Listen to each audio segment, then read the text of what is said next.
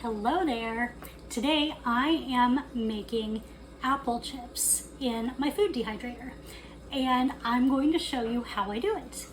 But first, let me show you the results, the ones that I made last night. So I made 5 trays of apple chips, and they are 5 different flavors. This one was cinnamon and cloves. Excellent. This one was cinnamon and cayenne pepper, my favorites. This one was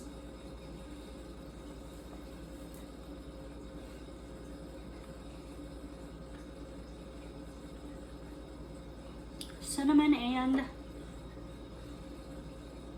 maybe cardamom. Let me try another one. Ooh. That's weird. Some of this tray didn't get done. We'll put this over here. Yeah, I would say that cinnamon and cardamom. It's all right. And this one is pumpkin pie spice. That's good. And this one is tahini. So 1 second and I'll give it a shot.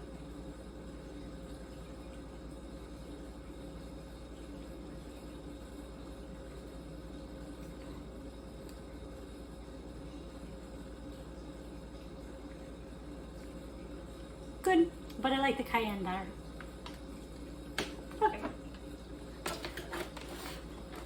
So when they're done, the dehydrator instructions for my dehydrator said they should be pliable, just like this.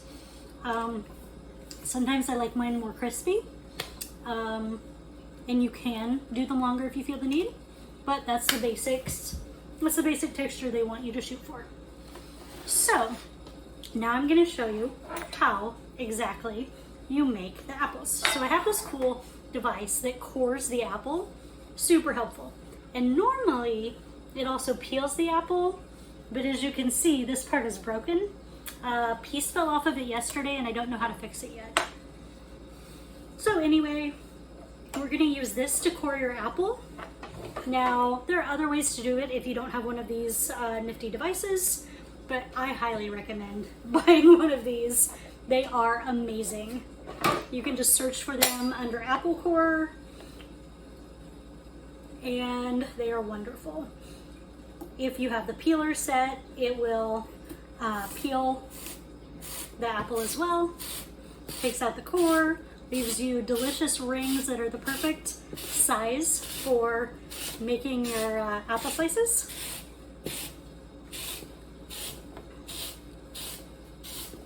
Almost done. Yep.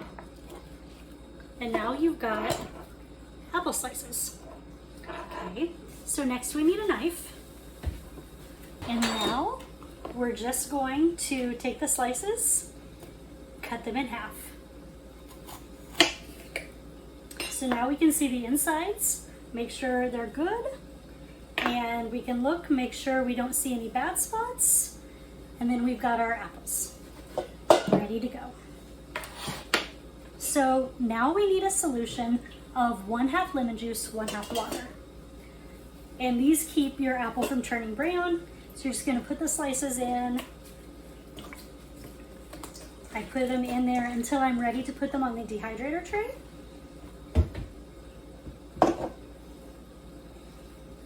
Now we've got another set. Everything looks good. We'll put those in the bowl as well. I make sure to separate them so that the lemon juice gets on every piece. Now I need to put these finished apple slices in a bag. 1 second. So the ones that are the right consistency, I'm going to put in the bag. This one feels moist, so I'm gonna put it through another round of dehydrating. Not for the full 5 hours, but maybe for a couple. For whatever reasons, the ones that have the peel seem to do better. The ones without a peel seem to be a little more wet, I guess you would say. So,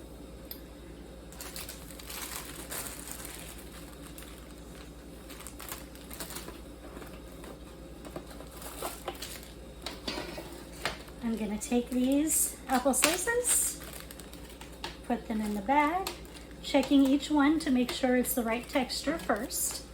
If any of them feel too wet, we'll put them back in. Ooh, let's see. That one's a little wet. These are good.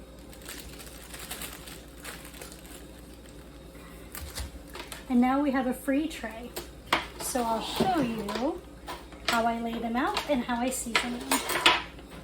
Oops. So, let's see. I'm gonna actually put it on the dehydrator now.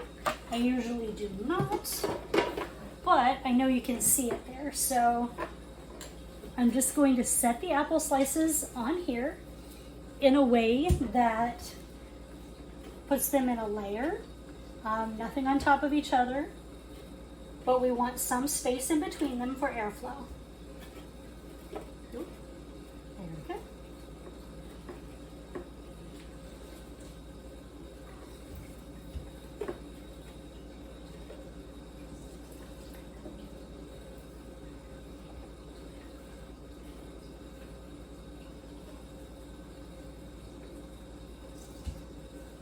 go.